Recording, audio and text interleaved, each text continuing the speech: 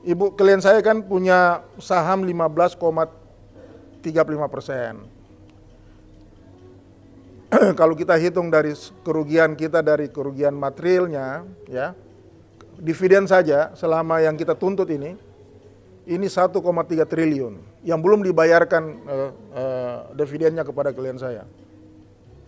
Begitu, 1,3 triliun lebih. Ini yang kita tuntut agar Pak Purnomo, mudah-mudahan di sini ada teman-teman yang bisa sampaikan kepada dia 1,3 triliun haknya Ibu Eli yang selama ini tidak dibayarkan, tolong dibayarkan. Ya, tolong dibayarkan. Itu yang kita tuntut. Kita tidak menuntut hak lain. Kita minta tuntut hak dividen dia yang belum dibayarkan selama ini. Ya kan? Itu saja. Lu bayar, selesai dividennya. Dia sebagai pemegang saham 15,35%. Nah, memang Ibu Eli ini kenapa 15,35%? Karena dia ada 3 bersaudara. Satu Pak Gunawan Wibowo itu juga dapat 15,35%.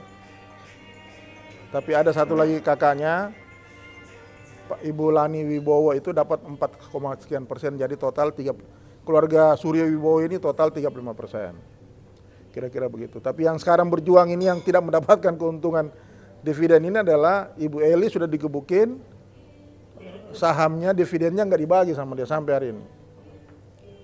Itu yang kita tuntut. Ya, Bluebird ini kan perusahaan terbuka, uangnya banyak kan. Artinya kalau dia bayar Ibu Eli saja dividennya kan nggak ada masalah. Iya kan? Artinya kalau bicara tentang itu, sepanjang mereka punya etiket baik, jalan. Kenapa Bang? Karena sampai hari ini klien saya diundang untuk RUPS. Sampai hari ini kita tidak datang.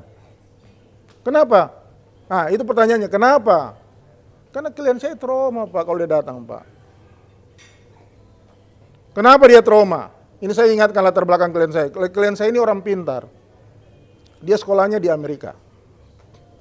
Artinya kalau bisnis itu dia lebih cair, lebih ini. Nah, mereka pasti mengalami kesulitan kalau klien saya ikut rapat umum pemegang saham. Secara pribadi, saya minta secara pribadi dia memang tamatan Amerika, jadi dia agak sedikit bagus pemahaman ekonominya. Nah, dia ketakutan tidak akan ikut rapat RUPS hanya karena takut terulang lagi peristiwa-peristiwa yang. Jadi selama ini diundang, kami tidak datang. Kenapa? Karena ini Pak, nggak selesai. Ketakutan dia sampai hari ini. Sampai hari ini ketakutan. Ini harus dituntaskan. Saya tidak mau ini dimanfaatkan oleh orang-orang yang tidak bertanggung jawab, mengakibatkan apa? Orang ini dirugikan. Kira-kira seperti itu. Jadi kalau bicara tentang pra-peradilan, saya cuma kasih lihat gambaran. Ada putusan SP3, ada putusan pengadilan.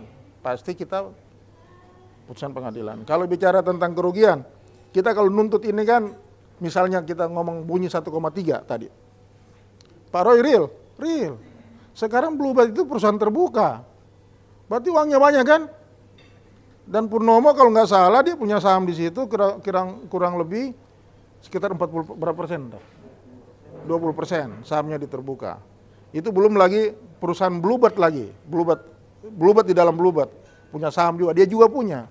Artinya untuk membayarkan kerugian Ibu Eli yang selama ini ditahan oleh mereka cukup Pak. Yang kita berpikir itu kalau misalnya begini, yang kita tuntut orang tidak ada uang. Ya, nggak ada uang. Tapi ini ada duit Pak, perusahaan jalan terbuka, perusahaan terbuka sekarang. Satu-satunya perusahaan taksi yang jalan hari ini cuma Bluebird. Tapi ada orang yang punya saham tidak dibayarkan dividennya.